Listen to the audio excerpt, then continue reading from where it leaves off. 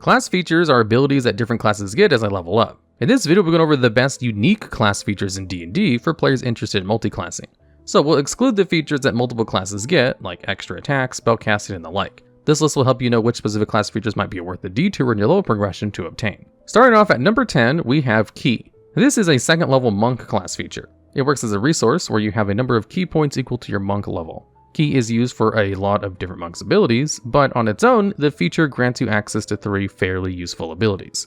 The first is Flurry of Blows, which allows you to attack twice as a bonus action with an unarmed strike. As it's only an unarmed strike, it won't deal much damage, but it is a way to use your bonus action as a martial class to gain a little bit of extra damage. And if you're a class with damage modifier spells like Hex or Hunter's Mark, getting multiple small hits might even be more appealing. The second ability is Step of the Wind, which allows you to spend 1 key point to disengage or dash, while also doubling your jump distance for the turn. This is a very useful increase in mobility. You see, many martial classes lack the ability to close the gap like this using only a bonus action. So access to Step of the Wind can be a rather useful ability for slower classes, saving them wasted actions and attacks. The third and final key ability is Patient Defense. This allows you to expend 1 key point to take the dodge action as a bonus action. This is probably the most impressive ability of the 3, as the dodge action is not something other classes really ever do. This is not because it's a bad ability, but rather because it requires an action, meaning you're not doing any damage. Taking the dodge action means that attack rolls against you are done at disadvantage, and you make dexterity saving throws at advantage until the start of your next turn, and while it can end early, that is only if you become incapacitated or your speed drops to 0. Being able to dodge even semi-regularly without sacrificing your action is the primary reason Key made it onto this list, as Monk is a very undertuned class in this edition. Next up at number 9, we have Metamagic. Metamagic is the 3rd level class feature for sorcerers. Metamagic works off the sorcery point resource system, which functions much like Key does for Monk, in that you gain sorcery points equal to your sorcerer level, but the effects are much stronger as you use them to augment your spells, and due to that you regain them on a long rest instead of a short rest like Key does. When you first gain access to Metamagic, you get to customize it, choosing 2 options off of a list of incredibly powerful effects. What makes Metamagic stand out as a multi-class option is it's one of the few class features that can benefit all other spellcasters, as any other spellcaster that specs into Sorcerer can apply these Metamagic effects on spells from their main class spells. Some notable examples with multiclassing for are Careful Spell, Twin Spell, Quicken Spell, and Subtle Spell. Careful Spell allows you to expend a sorcery point to make a number of creatures up to your Charisma modifier automatically succeed on a saving throw against your spell. This makes dangerous AoE spells less dangerous with a spell like Fireball, or completely harmless with a spell like Hypnotic Pattern. Twin Spell lets you spend sorcery points equal to the spell's level to allow you to cast the spell at a second target. This only works as single target spells, but it's one of the few ways in the game to completely break action economy and the concentration limit, and get 2 spells for the cost of 1 action. Speaking of ignoring action economy, Quicken Spell allows you to spend 2 sorcery points to cast any spell with a casting time of 1 action, and make the casting time a bonus action instead. While this doesn't allow you to cast 2 leveled spells due to the bonus action casting rules, it does let you take the attack action while casting a leveled spell, or you could use it to spend your action on the dash, disengage, or dodge actions while still spellcasting. It adds an extra layer of versatility on top of the excellent range you already have as a caster. The last of the most commonly chosen options we have is Subtle Spell. While not as directly powerful as the previous options, Subtle Spell allows you to spend 1 sorcery point to ignore a spell's verbal or somatic components. This is one of the very few ways to cast a spell silently in the game, allowing you to mix stealth into your spellcasting as you now cast spells while unable to talk or move. Metamagic is the most powerful way any character could enhance their spellcasting abilities, which is why it's often worth Intuit to multiclass for, despite the costly investment of 3 levels. If not for the Metamagic Adapt feat doing something similar at a lower cost, it might be significantly higher on this list because of just how many classes combine so well with Sorcerer. Moving on, at number 8 we have Bardic Inspiration. Bardic Inspiration is a class feature available to bards starting at 1st level. It allows you to use your bonus action to inspire an ally within 60 feet of you, giving them the ability to add a d6 to 1 attack roll, ability check, or saving throw they make for the next 10 minutes. As your bard level increases, so does the die, up from a d6 to a d8 at 5th level, a d10 at 10th level, and finally a d12 at level 15. You can use it a number of times equal to your Charisma modifier, and you regain the uses on a long rest. Bardic Inspiration is one of the most versatile features, not just amongst class features, but in the game. The ability to improve nearly any roll a creature makes anytime during a generous 10-minute duration, all for only a bonus action, is quite excellent. It makes bards one of the few classes that can consistently have multiple buffs on allies, and you gain access to this ability at level 1. It's great in combat and social encounters, since it affects ability checks just as readily as attacks and saving throws. The only downside is it's really only available to classes who already have some investment in charisma, but you will find that there are only a few abilities that have such universal uses. And at number 7, we have Rage.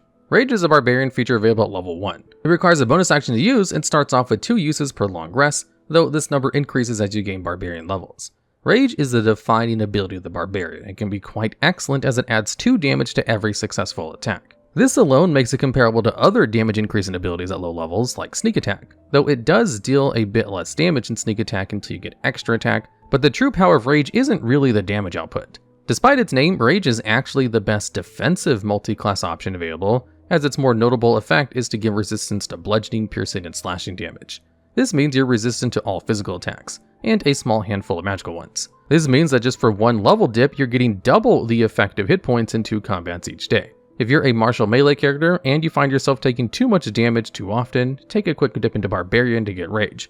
On top of that, Raging gives you more niche utility advantage on strength checks and saves. This is useful against enemies with grappling, restraining, or most forced movement abilities as they often impose strength checks or saves on you. Rage is just one of the highest impact combat features any class has. Now, before you take this, do keep in mind there are a couple of restrictions with this. First, you can't cast or concentrate on spells while you're raging, which means if you cast spells, you don't want this. Luckily for you, you are a caster and probably don't want to take levels of Barbarian anyway. And second, you only gain the benefits we've talked about here if you are not wearing heavy armor. So if you wear heavy plate armor, this is not for you. Unlike the spellcasting, this one is likely more of an issue for those that are looking to multi-class in Barbarian, so it's something you should keep in mind. So if you're not worried about those 2 above restrictions, then this can be a pretty simple 1-level dip that will provide you some very solid combat buffs, so it's worth considering. Sneaking into our number 6 on this list, we have Cunning Action. Cunning Action is a 2nd level class feature for the Rogue class. It allows you to use your bonus action to dash, disengage, or hide. While this is fairly simple and not as directly powerful as the previous spots on this list on its own, the best thing about Cunning Action is that it has no limits on how many times you can use it between rests, which is something most of the other builds on this list can't say. It just lets you use your bonus action to use a really good action every turn. Most classes aside from Rogue would probably be using this to dash or disengage most of the time, as Rogues are the only class that ever really needs to use the hide action in combat. Like we talked about with Key, the ability to dash as a bonus action is a really good ability for melee characters who often find themselves more than 30 feet away from the targets at the start of a fight, as it allows them to dash while keeping their action open so they can use it to attack. If you're in a dungeon crawl campaign, this likely won't be as big of an issue, but anywhere else it likely will be. Disengage is another excellent ability even for non-melee characters, however, as sometimes you are a backline caster and some big monster runs past your frontliners right to you. With Cunning Action, you're able to disengage from them to move away, so you don't have the penalties to your spellcasting or weapon attacks. While you can also remove the range attack penalties with things like Warcaster and the Crossbow Expert feats, they don't stop the monster from hitting you if you remain in melee with him. Cunning Action is also helped by the fact that the 1st level Rogue isn't half bad either, as you're getting Expertise in 2 skills and Sneak Attack, both of which make this a much more palatable 2-level investment and one well worth considering. Coming down from on high, the number 5 spot, we have Divine Smite. Divine Smite is a class feature of the Paladin that will become available at level 2. It allows you to expend a 1st level spell slot whenever you hit with a melee weapon attack to inflict an additional 2d8 radiant damage. You can also expend high level spell slots, gaining an additional 1d8 damage per level up to a maximum of 5d8.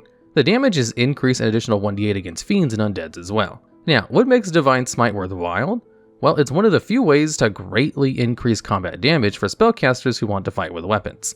Bards, warlocks, and wizards all have subclasses or packs that are designed with melee in mind, but most of them rarely match the martial classes in damage. With a quick 2-level detour into Paladin, all of that changes as you can now use your own spell slots to increase your damage. Because the Smite feature can use any spell slots, not just Paladin spell slots, it has natural synergy with other classes that have faster spell progression than Paladins.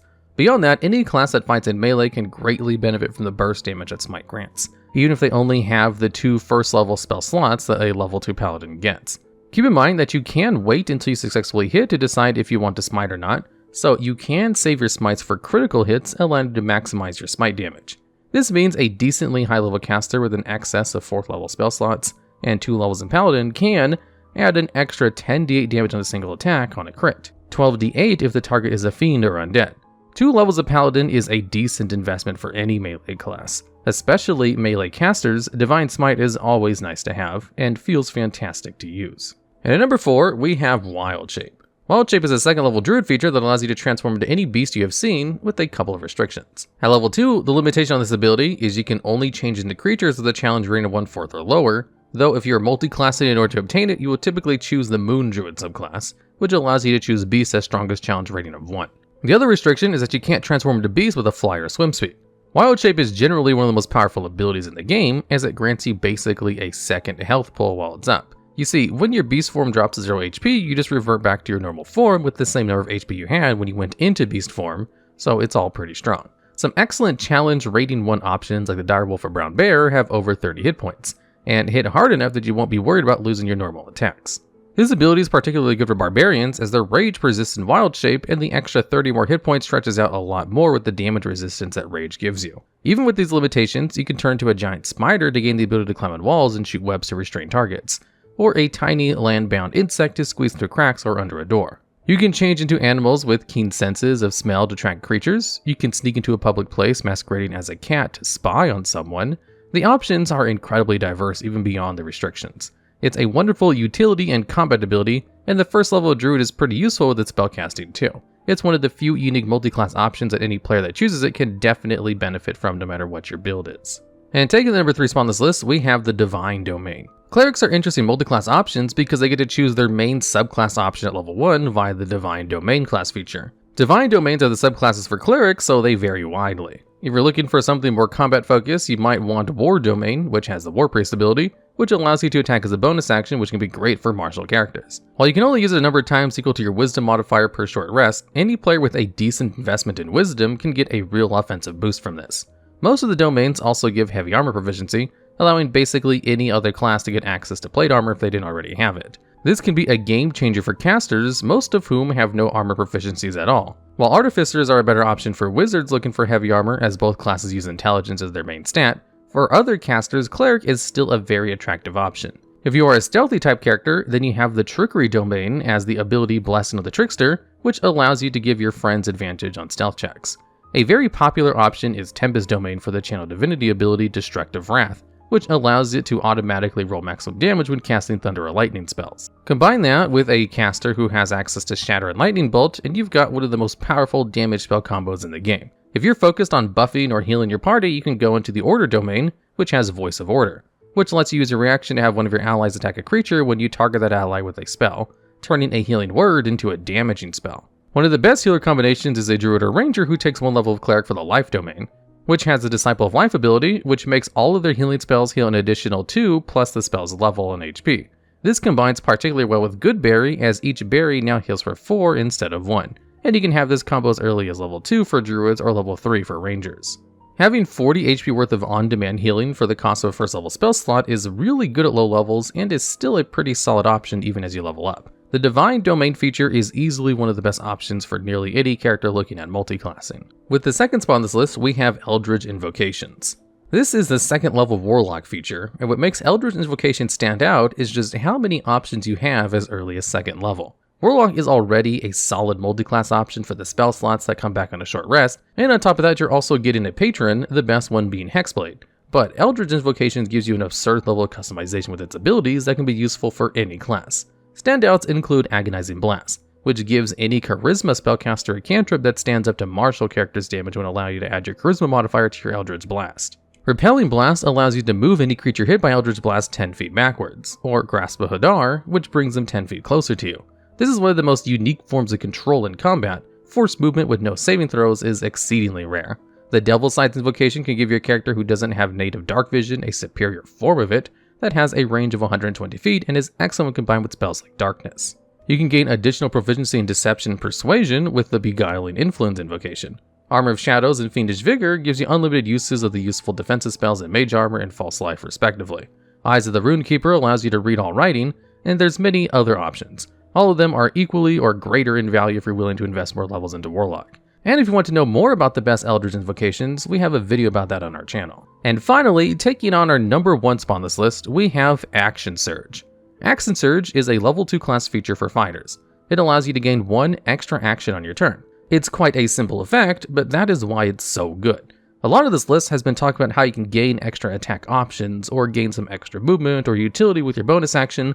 Some have even been about gaining spell-like effects or multiple spells in a turn. Action Surge gives you a second normal action on your turn that you can use however you want. It's one of the few ways to actually cast 2 leveled spells in one turn, making it an amazing ability even for spellcasters in Multiclass 4. They can let you do anything a Cunning Action would let you do, and you would still have your bonus action left over, as Action Surge is an entirely independent ability that doesn't require an action to activate. Every single class in the game besides Fighter is limited, to some extent, by the action economy limiting them to a single action per turn. Every single class in the game can find ways to benefit from a second, unconditional action on their turn, all while it's only a 2-level detour. And Action Surge recharges on a short rest, unlike many of the other business lists which further boost it above competition. There really is just no other unique class feature that stands up to Action Surge's combination of versatility, power, and ease of acquisition, allowing it to be used by every single class in the game, and that's why it takes number 1 spot on this list. Alright, and that's the list. Do you think there are any other unique class features that are better multi-class choices?